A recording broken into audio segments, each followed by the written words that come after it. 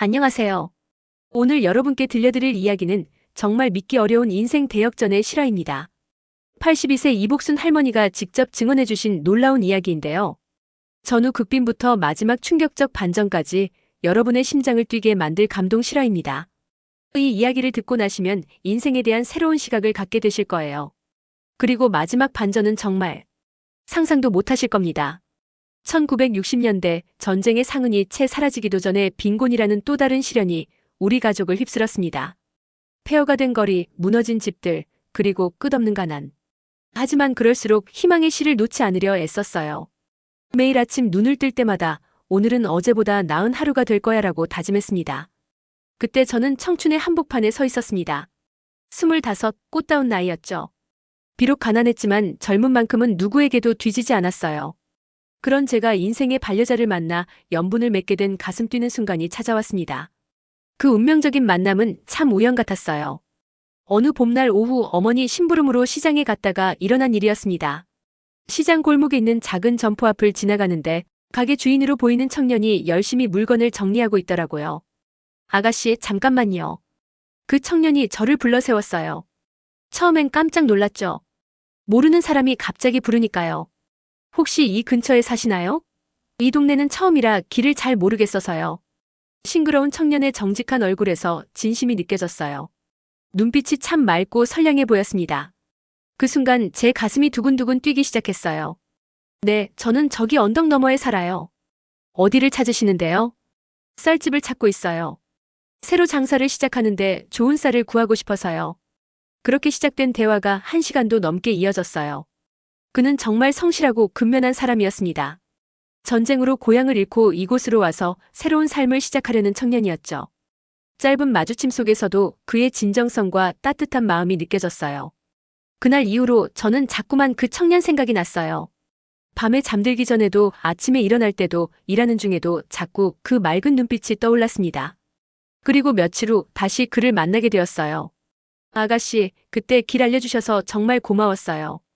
덕분에 좋은 쌀도 구하고 장사도 잘 풀리고 있어요. 그는 제게 작은 선물을 건넸어요. 하얀 손수건이었는데 정성스럽게 포장되어 있었습니다. 이런 걸 왜 주세요? 그냥 고마운 마음을 표현하고 싶어서요. 그리고 그는 잠시 망설이더니 용기를 내어 말했어요. 만약 괜찮으시다면 가끔 이야기나 나눌 수 있을까요? 이 동네에는 아는 사람이 없어서 참 외로워요. 그렇게 우리의 만남이 시작되었습니다. 처음엔 그저 이웃사람으로 인사를 나누는 정도였어요. 하지만 시간이 지날수록 서로에 대한 마음이 깊어져 갔습니다. 그는 정말 따뜻한 사람이었어요. 힘든 일이 있을 때마다 제 이야기를 끝까지 들어주었고 항상 격려의 말을 건넸습니다. 그리고 무엇보다도 미래에 대한 꿈이 있는 사람이었어요. 복순아, 나는 이 작은 가게로 시작해서 언젠가는 큰 사업을 하고 싶어.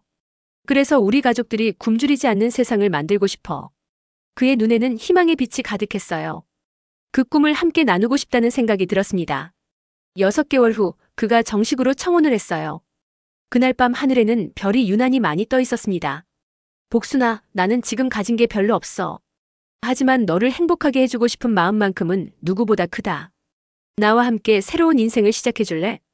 그 진심 어린 말에 제 마음도 움직였어요. 비록 앞날이 불확실했지만 이 사람과 함께라면 어떤 어려움도 이겨낼 수 있을 것 같았습니다. 결혼식은 정말 소박했어요. 화려한 예식장도 많은 하객도 없었습니다. 하지만 서로를 향한 사랑만큼은 그 어떤 결혼식보다 진실했어요. 동네 이웃들이 모여서 축하해 주었고 간소하지만 따뜻한 결혼식이었습니다. 결혼 후 저희는 전쟁으로 황폐해진 마을 한 구석에 작은 보금자리를 마련했어요. 집이라고 하기도 민망할 정도로 작고 허름했지만 그곳이 저희에게는 세상에서 가장 소중한 공간이었습니다. 여보, 우리 집이 작긴 하지만 사랑으로 가득 채워보자. 남편의 말처럼 우리는 그 작은 공간을 사랑으로 가득 채워나갔어요. 아직 삶의 기반이 완전히 안정되지 않은 상황이었지만 남편은 언제나 변함없었죠. 가진 것은 없었지만 가족에 대한 사랑만큼은 그 누구보다 충만했어요. 매일 아침 남편은 일찍 일어나서 저를 위해 물을 길어다 주었어요. 그리고 항상 이렇게 말했습니다. 복순아, 지금은 힘들어도 우리가 함께 노력하면 분명 좋은 날이 올 거야. 절대 포기하지 말자. 그런 남편의 모습을 보며 저도 힘을 얻었어요. 어떤 어려움이 와도 이 사람과 함께라면 이겨낼 수 있다는 확신이 들었습니다. 생존을 위해 쉴 새 없이 일했습니다. 남편의 하루는 정말 바위처럼 견고했어요. 해 뜨기 전 새벽 4시면 일어나서 간단히 세수를 하고 집을 나섰습니다. 저녁 어둠이 내릴 때까지 일터에서 땀을 흘리고 밤 10시가 넘어서야 집에 돌아오는 게 일상이었죠. 건설 현장을 떠돌며 겨우 끼니를 잇고 있었습니다. 그 시절에는 일자리도 많지 않았고 있어도 하루하루 품삯을 받는 일용직이 대부분이었어요. 비가 오면 일을 할 수 없어서 그날은 굶어야 했습니다. 거친 일도 마다하지 않았어요. 무거운 시멘트 포대를 지고 계단을 오르내리고 뜨거운 여름날에도 지붕 위에서 일했습니다. 손은 늘 상처투성이었고 어깨와 허리는 항상 아팠어요. 하지만 남편은 절대 약한 소리를 하지 않았습니다. 굶주림에 시달리는 가족들 생각에 이를 악물고 견뎠죠. 어느 날 저녁 남편이 평소보다 더 늦게 들어왔어요. 얼굴이 창백하고 손이 심하게 부어 있었습니다. 여보, 무슨 일 있었어요? 손이 왜 이래요? 아무것도 아니야. 오늘 일하다가 손을 좀 다쳤을 뿐이야. 하지만 저는 알 수 있었어요. 남편이 제게 걱정을 끼치지 않으려고 일부러 괜찮은 척하고 있다는 걸요. 여보, 너무 무리하지 말고 조금씩 하세요. 당신 몸이 상하면 안 되잖아요. 당신 걱정은 하지 마요. 우리 가족들 굶길 순 없잖아요. 고생 끝에 행복이 올 거예요. 지금 힘들어도 우리 가족을 위해 버티는 거라 생각하면 참을 만해요. 남편은 고된 노동에 쌓인 피로도 잊은 채 환하게 미소 지으며 말했어요. 그 모습을 보니 가슴이 뭉클해졌습니다. 이 세상에서 저를 이렇게 사랑해주는 사람이 또 있을까 싶었어요. 당신 때문에 제가 얼마나 힘이 나는지 몰라요. 정말 고마워요. 절로 감사한 마음이 들곤 했죠. 힘겨운 시절을 함께 견뎌내고 있다는 사실에 깊은 위로를 받았어요. 우리에게는 돈은 없었지만 서로를 향한 사랑만큼은 세상 그 누구보다 풍요로웠습니다. 그렇게 씩씩하게 살아가던 어느 봄날 정말 기쁜 소식이 찾아왔습니다. 제 몸속에서 새 생명이 자라나고 있다는 거였어요. 그날 의원에서 나오는 길에 제 발걸음은 구름 위를 걷는 것처럼 가벼웠습니다. 집에 돌아와서 남편에게 이 소식을 전했을 때의 그 기쁨이란 지금도 생각하면 가슴이 벅차오릅니다. 여보, 우리에게 아이가 생겼어요. 남편은 처음엔 믿지 못하겠다는 표정이었어요. 그러다가 서서히 현실을 받아들이더니 저를 끌어안고 펑펑 울기 시작했습니다. 정말이야? 정말로 우리에게 아이가 생긴 거야? 네, 정말이에요. 우리 가족이 하나 더 늘어나는 거예요. 그날 밤 남편은 잠을 이루지 못했어요. 너무 기뻐서 잠이 오지 않는다고 했습니다. 새로운 식구를 맞이한다는 생각에 마냥 설레고 행복했죠. 복순아, 우리 아이가 나와 같은 고생은 하지 않게 해주자. 좋은 세상에서 마음껏 꿈을 펼칠 수 있게 해주자. 남편의 다짐을 들으며 저도 마음이 벅차올랐어요. 이 아이에게는 우리가 겪었던 가난과 고통을 물려주지 않겠다고 다짐했습니다. 임신 기간 동안 남편은 더욱 열심히 일했어요. 아이에게 필요한 것들을 하나하나 준비하면서 행복해했습니다. 비록 비싼 것들은 살 수 없었지만 직접 만들 수 있는 것들은 모두 손수 만들었어요. 우리 아이가 쓸 요람을 내가 직접 만들어야지. 남편은 일을 마치고 돌아와서도 나무를 깎고 다듬으며 요람을 만들었습니다. 비록 투박하긴 했지만 사랑이 가득 담긴 요람이었어요. 몇 달 뒤 드디어 건강한 딸아이를 얻었어요. 아기의 예쁜 얼굴을 보는 순간 앞으로 펼쳐질 행복한 가족의 모습을 그려봤습니다.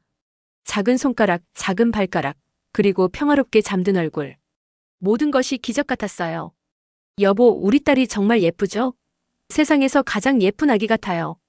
그럼 우리 딸이 세상에서 제일 예뻐. 이 아이가 크면 어떤 사람이 될까? 우리는 아이의 미래를 상상하며 행복한 시간을 보냈어요. 딸아이가 첫 돌을 맞이할 때까지 매일매일이 기쁨의 연속이었습니다. 딸아이가 두 돌이 지나자 둘째로 아들을 품에 안았어요. 이번에는 아들이었습니다. 남편은 아들을 보며 더욱 기뻐했어요. 이제 우리 가족이 완성된 것 같아. 딸도 있고 아들도 있고. 남편과 함께 아이들의 장래를 꿈꾸던 시간들이었습니다. 비록 궁핍한 살림이었지만 아이들 덕분에 매일이 즐거웠어요. 궁핍한 살림에도 가족의 웃음소리는 늘 가득했어요. 아이들 얼굴 바라보는 것만으로도 행복이 넘쳐났죠. 딸아이는 참 영리했어요. 말을 일찍 배웠고 아들은 활달하고 씩씩하게 자라났습니다. 엄마, 배고파요. 조금만 기다려. 엄마가 맛있는 거 해줄게. 사실 집에 먹을 것이 별로 없을 때가 많았어요. 하지만 아이들 앞에서는 절대 내색하지 않았습니다. 없는 것도 있는 것처럼 부족한 것도 풍족한 것처럼 여기며 살았어요. 어느 날은 쌀이 떨어져서 보리만으로 죽을 끓여야 했어요. 아이들이 맛없다고 할까봐 걱정했는데 오히려 아이들은 맛있게 먹더라고요. 엄마가 끓여주는 죽은 세상에서 제일 맛있어요. 딸아이의 그 말에 눈물이 날 뻔했어요. 이렇게 순수한 아이들을 위해서라도 더 열심히 살아야겠다고 다짐했습니다. 그러나 인생이란 게 계획대로만 되지 않나 봅니다. 행복한 시간이 계속될 줄 알았는데 시련이 찾아왔어요. 그의 여름은 유난히 장마가 길었습니다. 몇 주째 비가 그치지 않아서 남편도 일을 나가지 못하는 날이 계속되었어요. 여보, 장마가 참 길어요. 좀처럼 그칠 줄을 모르니 농사도 걱정이고 일도 못 나가니 생계가 걱정이에요. 그러게요.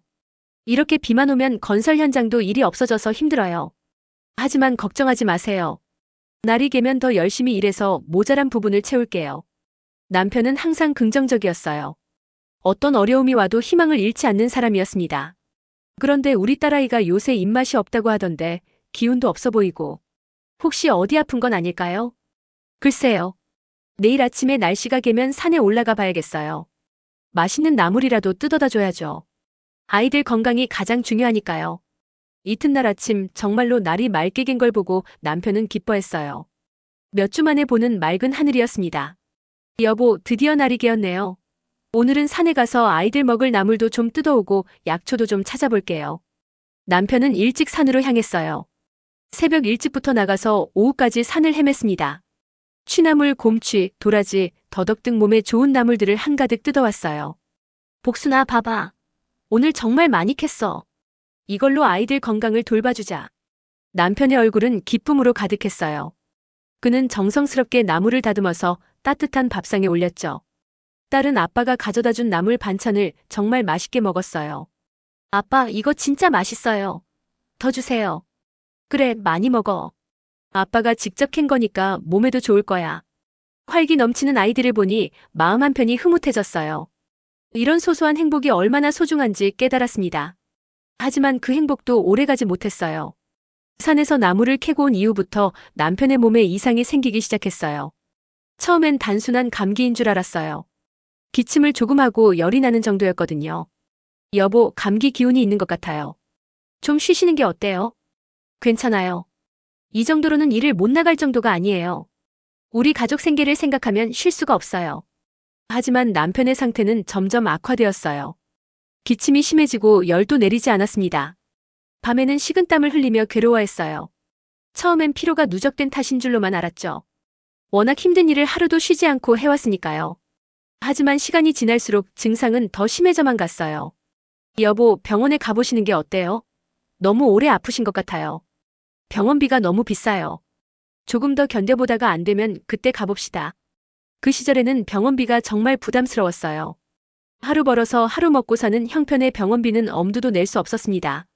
주위에 도움을 청하고 싶었지만 남편만 바라보고 살아온 제겐 별달리 기댈 곳이 없었어요. 친정은 멀리 있었고 시댁에서도 저희를 별로 좋아하지 않았거든요. 가난한 며느리를 데려왔다고 항상 눈치를 주었던 시어머니의 차가운 시선이 아직도 기억에 생생해요. 남편의 병이 심해질수록 저는 밤잠을 설쳤어요. 옆에서 괴로워하는 남편을 보며 아무것도 해줄 수 없는 제 자신이 원망스러웠습니다. 여보, 제발 괜찮아지세요. 당신이 쓰러지면 우리 가족은 어떻게 하라고 그러세요? 걱정하지 마세요. 금방 나을 거예요. 우리 아이들을 위해서라도 꼭 일어설 거예요. 하지만 남편의 상태는 점점 더 심각해졌어요. 식음을 전폐하기 시작했고 말하는 것도 힘들어했습니다. 그러던 어느 날 밤 제가 얕은 잠에 빠져 있을 때였어요. 옆에서 자던 남편의 숨소리가 갑자기 거칠어지더니 점점 약해지기 시작했어요. 여보, 여보. 아무리 불러도 대답이 없었어요. 그렇게 남편이 숨을 거뒀습니다. 그 순간의 충격이란 마치 하늘이 무너지는 것 같았어요. 날카로운 절망이 제 가슴에 꽂혔죠. 한창 꽃 피우고 열매 맺어야 할 나이에 인생의 동반자를 떠나보낸 슬픔이란 말로 표현할 수 없었어요. 안 돼요. 깨어나세요. 우리 아이들은 어떻게 하라고 그래요? 하지만 아무리 흔들어도 남편은 다시 눈을 뜨지 않았어요. 그 차가워진 손을 잡고 밤새 울었습니다. 세상이 온통 어둠 속으로 빠져드는 것 같았어요. 장례는 정말 초라했어요.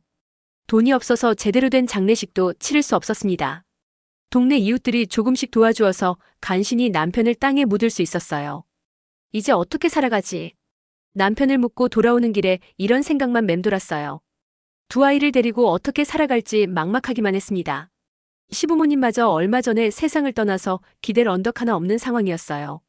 어린 두 아이를 품에 안고선 망연자실할 수밖에 없었죠.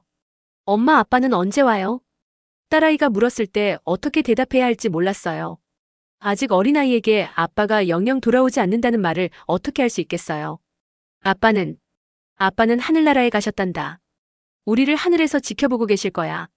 그렇지만 주저앉아 있을 순 없었어요.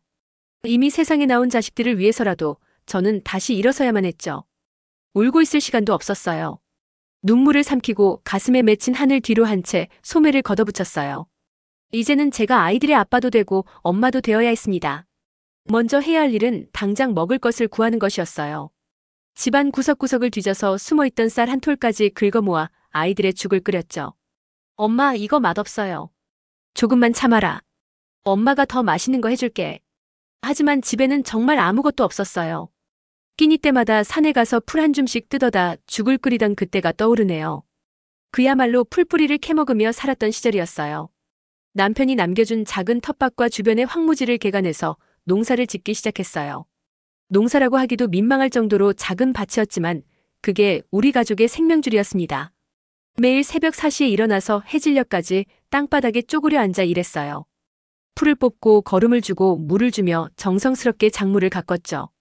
손이 터지고 피가 나도 아랑곳하지 않았어요. 발이 부어도 허리가 아파도 참았습니다. 오로지 땅에서 자란 작물들로 자식들의 배를 채우는 것만 생각했죠. 엄마는 왜 맨날 일만 해요? 다른 아이들 엄마는 안 그러던데. 아들이 이런 말을 할 때면 가슴이 찢어지는 것 같았어요. 아이들에게 충분히 사랑을 주지 못하는 것 같아서 미안했습니다. 미안하다 아들아. 엄마가 일을 안 하면 우리가 굶어. 조금만 더 참아줄 수 있겠니? 수확한 채소와 곡식은 지게에 지고 먼 길을 걸어 장터에 나갔어요. 무거운 짐을 지고 1시간 넘게 걸어가야 했습니다. 다리가 후들거리고 어깨가 아파도 참았어요. 장터에서는 하루 종일 앉아서 손님을 기다렸어요. 사람들이 지나가면서 물건을 보고는 그냥 가는 경우가 많았습니다. 그럴 때마다 마음이 조급해졌어요. 아줌마, 이거 좀 더 싸게 안 돼요? 죄송해요. 이미 최대한 싼 가격이에요.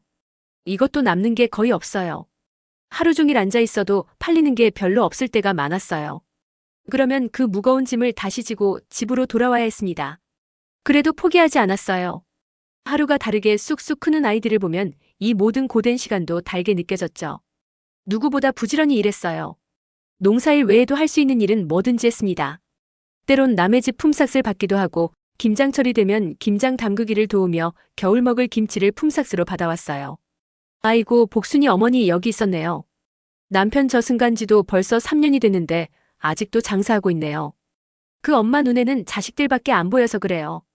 큰딸은 벌써 16인데 저런 상태를 하고 있으니 어쩌나 몰라요. 재혼도 안 하고 혼자서 애들 키우려니 얼마나 힘들겠어요.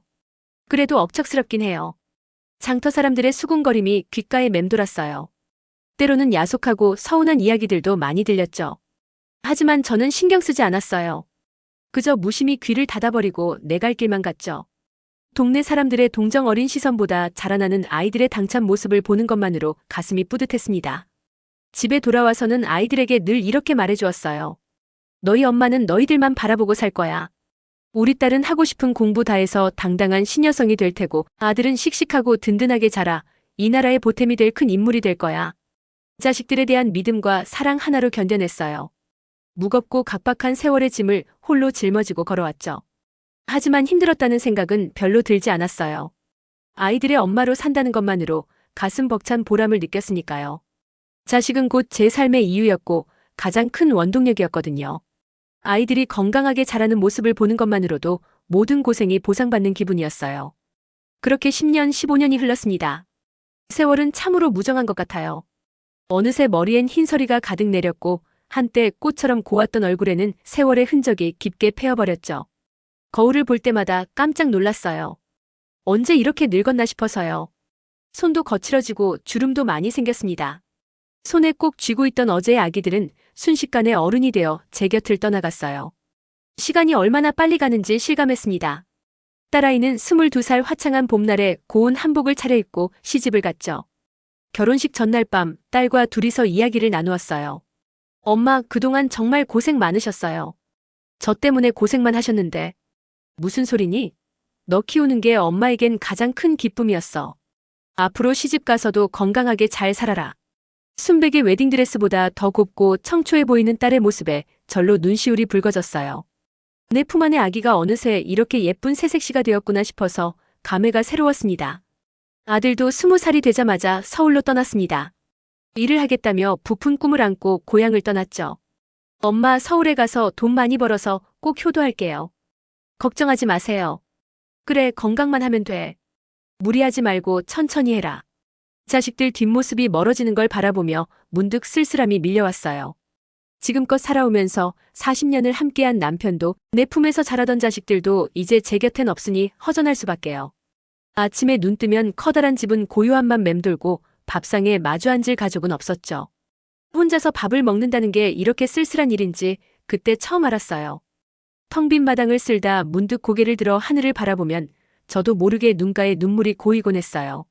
생전 고생만 하다 죽은 남편 먼타지에서 외로이 살아가는 자식들 생각에 마음 한편이 허해지곤 했죠. 하지만 그런 외로움 속에서도 한 가닥 위안을 얻곤 했어요. 자식들이 제 길을 당당히 걸어가는 모습을 보노라면 웬만한 고단함은 눈 녹듯 사라졌죠. 딸아이는 시집간 뒤로 살림 잘한다는 소문이 자자했어요. 며느리 노릇, 엄마 노릇 척척 해내는 걸 보면 새삼 대견스러웠습니다. 가끔 안부 전화를 받을 때면 정말 뿌듯했어요. 엄마, 저 잘 살고 있어요. 시어머니도 저를 예뻐해 주시고 남편도 잘해줘요. 그래, 다행이다.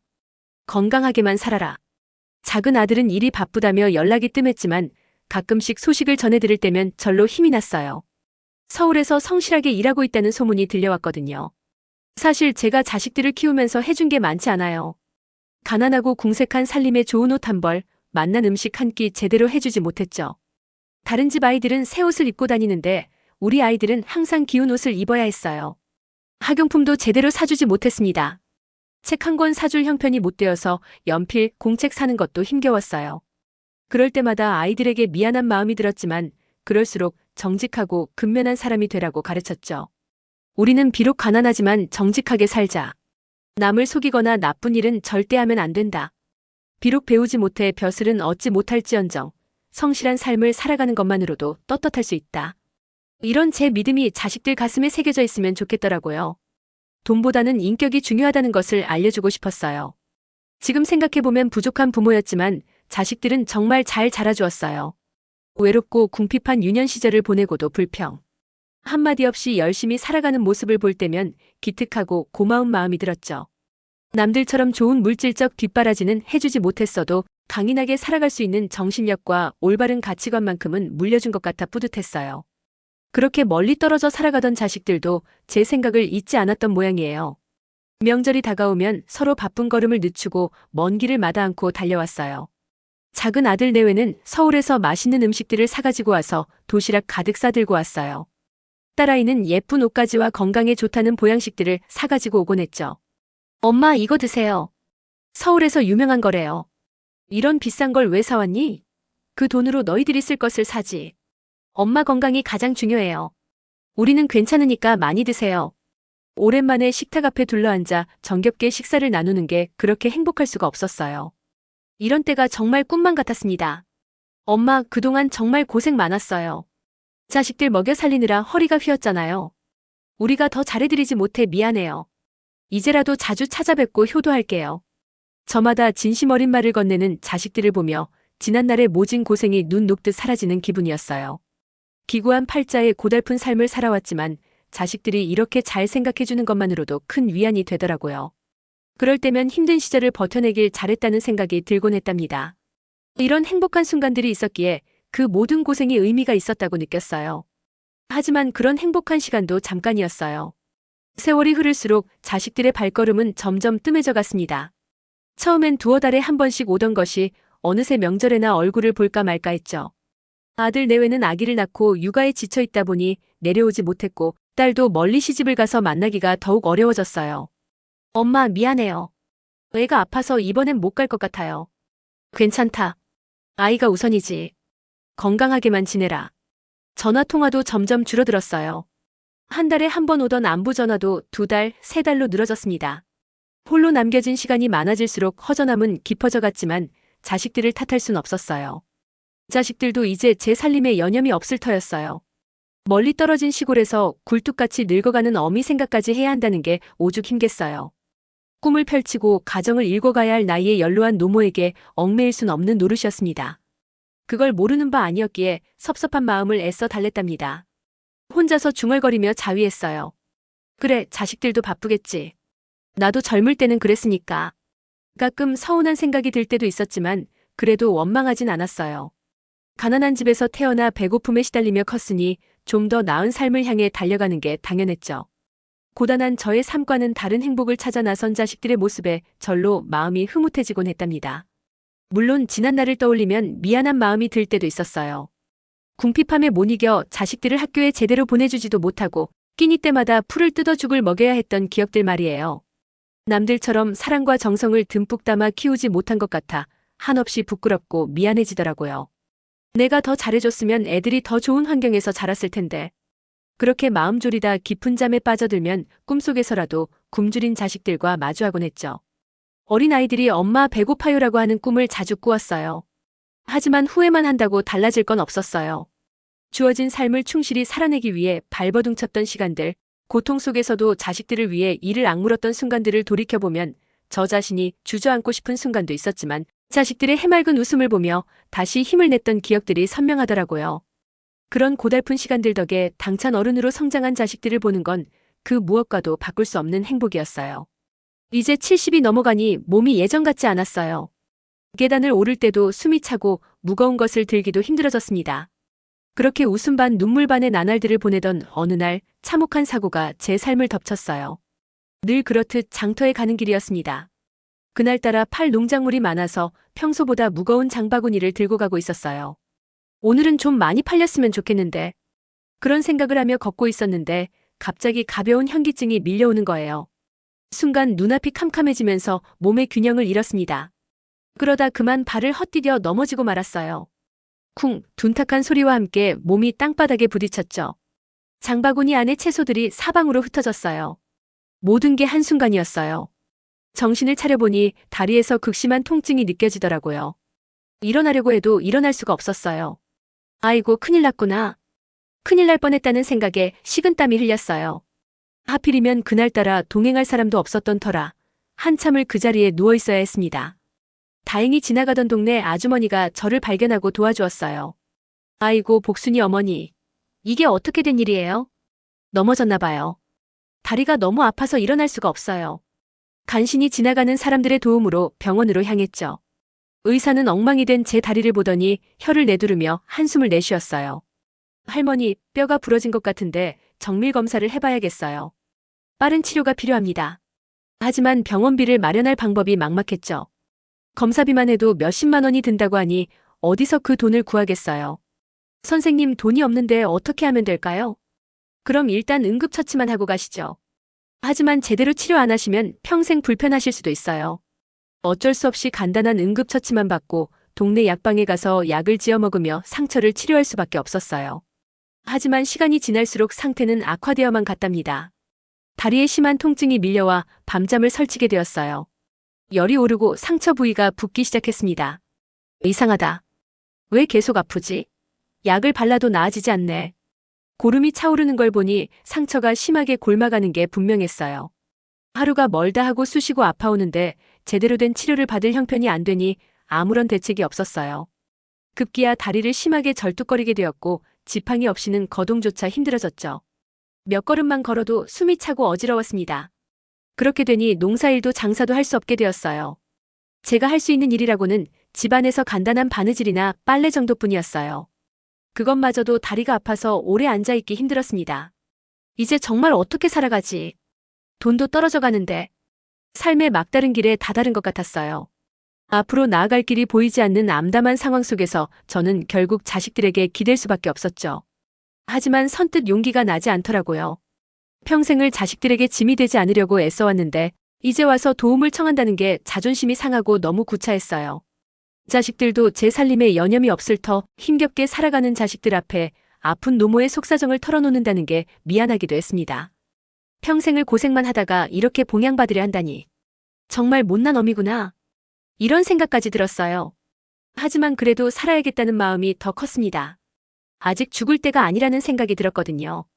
며칠을 고민하고 또 고민하다가 결국 딸에게 전화를 걸었어요.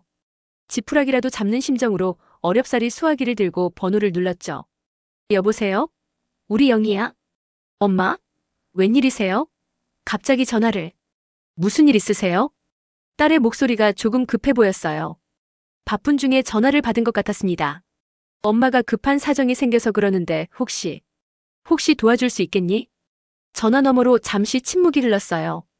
그 침묵이 너무 길게 느껴졌습니다. 가슴이 두근두근 뛰었어요. 엄마, 갑자기 이게 웬 소리예요? 무슨 일인데요? 돈이 필요하신 거예요? 엄마가 넘어져서 다리를 심하게 다쳤는데 병원비도 없고 제대로 일도 못하겠어. 며칠째 제대로 못 먹고 있어. 정말 어려운 상황이야. 아, 그런 일이 있었구나. 그런데 엄마, 솔직히 말씀드리면 우리 지금 상황이 정말 말이 아니에요. 장사도 안 되어서 월세 내기도 힘들고 애 키우느라 돈이 너무 많이 들어요. 어떻게 도와드릴지. 딸의 목소리가 점점 차가워지는 게 느껴졌어요. 처음에 놀람은 사라지고 부담스러워하는 기색이 역력했습니다. 엄마 상황은 이해하지만 솔직히 그럴 여력이 없어요. 우리도 애 키우느라 힘들고 남편 월급으로는 생활하기도 빠듯한데. 미안해요, 엄마. 바쁘니까 일단 끊을게요. 딸아이의 입에서 나올 법하지 않은 냉정한 말투에 깜짝 놀랐어요. 따뜻한 위로나 격려는커녕 싸늘한 거절만이 돌아오다니. 마치 남의 일 얘기하듯 무심한 어조에 가슴이 섬뜩해지는 걸 느꼈죠. 자기 살기도 바쁜데 늙은 어미 걱정까지 해야 하냐는 듯한 말투에 서러움이 북받쳐 올랐어요. 병든 몸으로 험한 세상을 홀로 버텨내기가 두려워 기댈 언덕을 찾았건만 유일한 희망마저 깨져버린 느낌이었죠.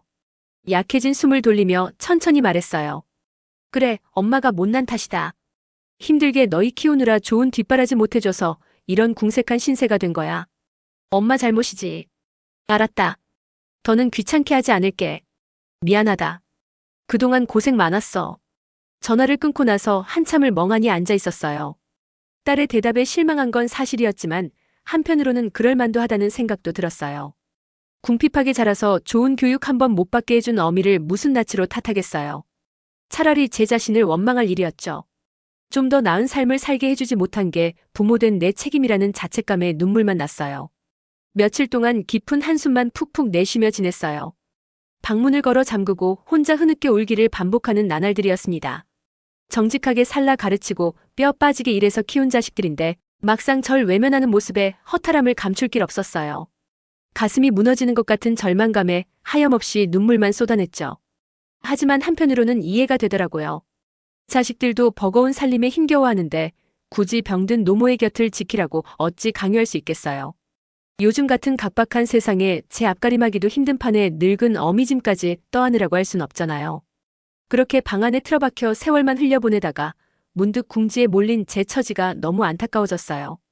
아직 희망을 놓기엔 이르다. 이렇게 주저앉을 순 없어. 그런 각오가 마음 깊은 곳에서 불끈 생기더라고요. 마지막으로 기댈 만한 막내 아들 생각에 일말의 희망을 걸었죠. 남자아이니까 어미 사정을 좀 더 헤아려 봐주지 않겠느냐는 기대감으로 무거운 마음을 이끌고 상경길에 올랐어요. 병약한 몸을 이끌고 먼 길을 떠난다는 게 말처럼 쉽진 않았어요. 다친 다리 때문에 휘청거리는 걸음으로 버스 정류장까지 가는 것도 힘들었습니다.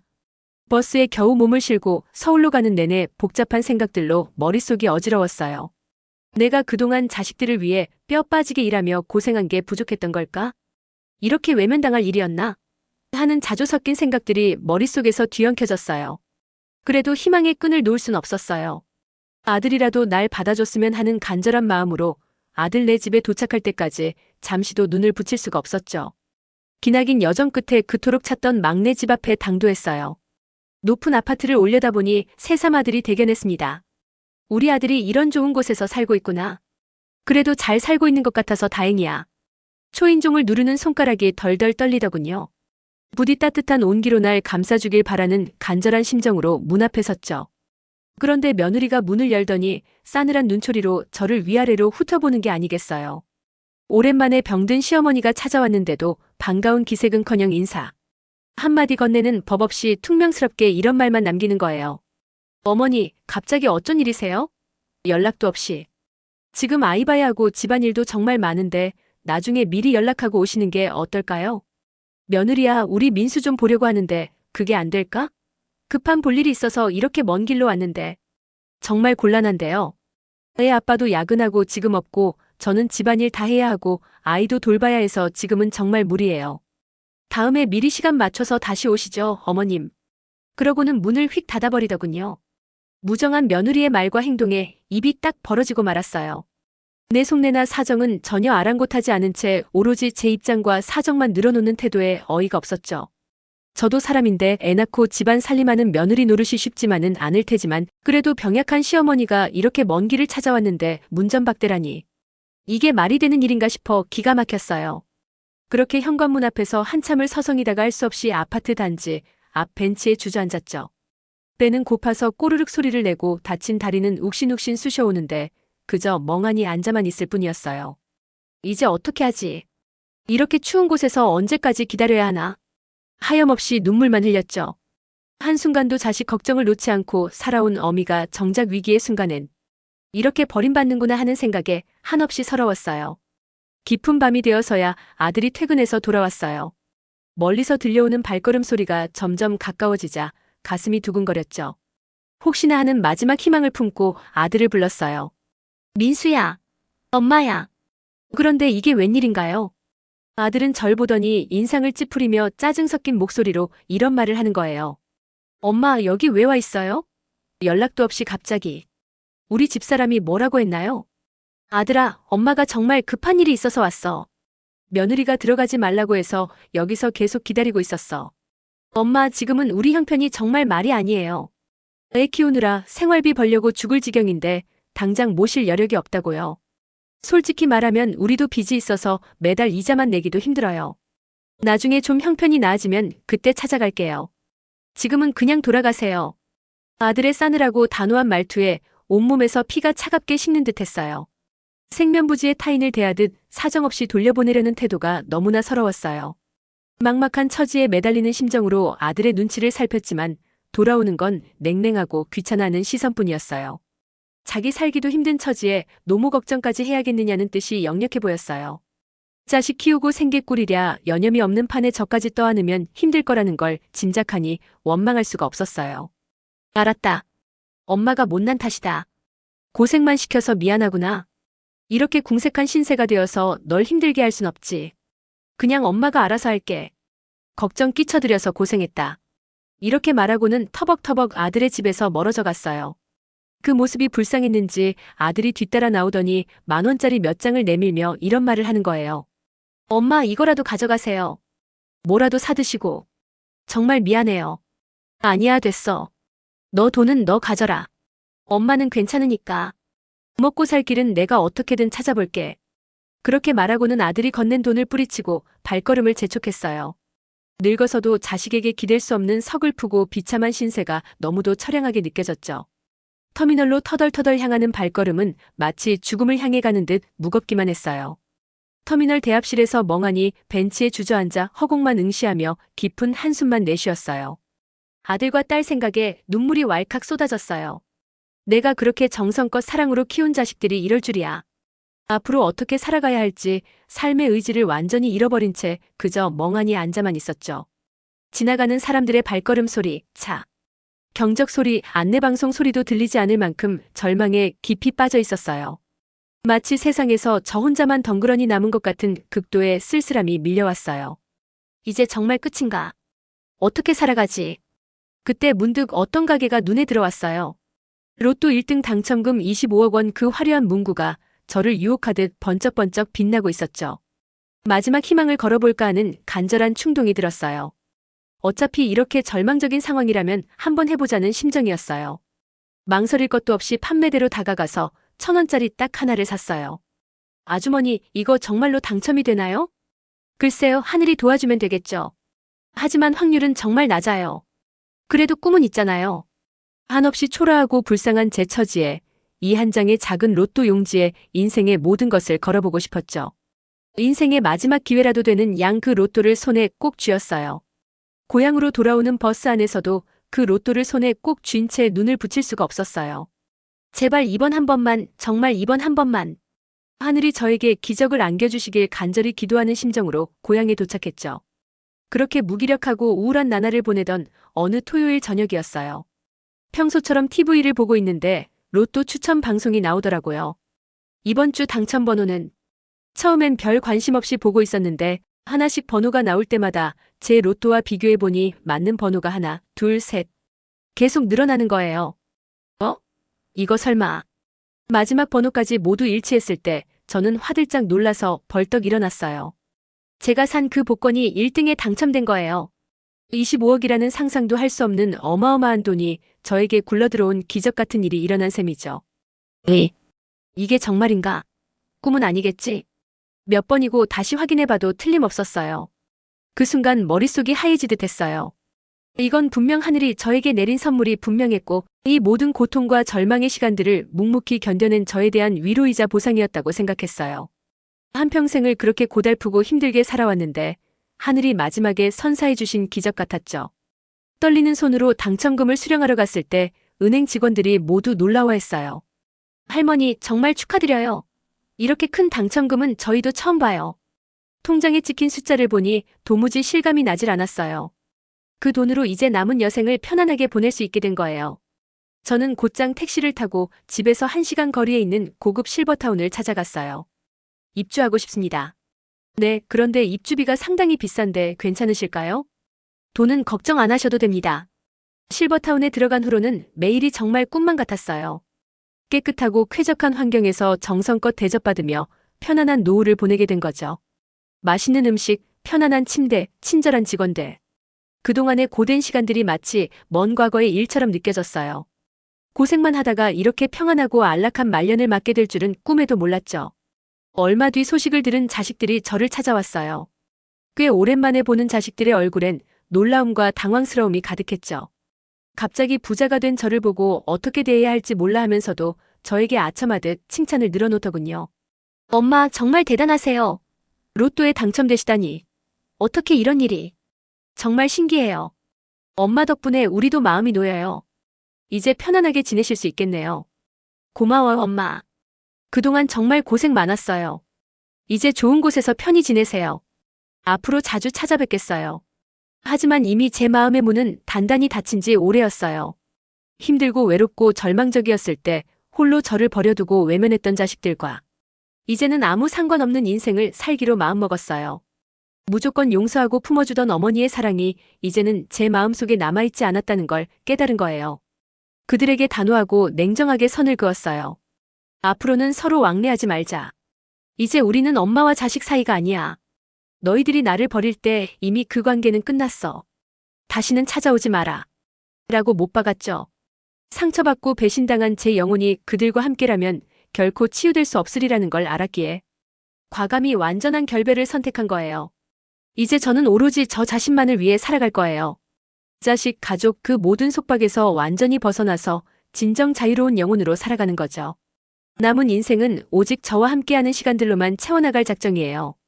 긴 세월 동안 잃어버렸던 제 자신과 마주하며 비로소 삶의 참된 의미를 깨닫게 된 것 같아요. 바닥까지 추락했던 절망의 시간들이 있었기에 지금의 이 자유로운 저도 있는 거예요. 그 모든 고통과 아픔의 기억들마저도 이제는 감사하게 여기며 앞으로 나아갈 거예요. 저 자신을 용서하고 사랑하는 것, 그리고 완전히 홀로 서기를 결심한 것에 대해 단 하루도 후회하지 않을 자신이 있어요. 인생의 끝자락에서 비로소 얻은 이 깨달음이 그 어느 때보다 제 삶을 밝고 아름답게 빛나 보이게 해줘요. 앞으로 남은 시간 동안 오직 저만의 진정한 행복을 찾아서 살아가려 해요. 나이는 많이 들었어도 제 영혼만큼은 그 누구보다 자유롭게 그렇게 당당하게 살다 가는 게 제 소원이에요. 힘들고 고달팠던 지난 시간들이 결코 헛되지 않았음을 이제는 확실히 알 것 같아요. 제 인생의 완전한 터닝포인트가 되어준 그 뜻밖의 로또 한 장이 저에겐 세상 그 무엇보다도 천금같이 소중하답니다. 앞으로도 항상 감사하는 마음으로 그리고 저 자신을 끝까지 아끼고 사랑하는 마음으로 하루하루를 소중하게 살아가려 해요. 비록 홀로 걷는 외로운 길이지만 그 길이 아름다운 꽃길이 되도록 끝까지 노력하며 살겠습니다. 제 기구하고도 놀라운 인생 사연을 끝까지 들어주셔서 정말 감사해요. 여러분, 나이 들어도 인생의 주인공은 바로 당신입니다. 이 이야기가 마음에 닿았다면 구독, 좋아요, 공유 꼭 부탁드립니다. 당신의 클릭이 다음 이야기를 만듭니다. 고맙습니다.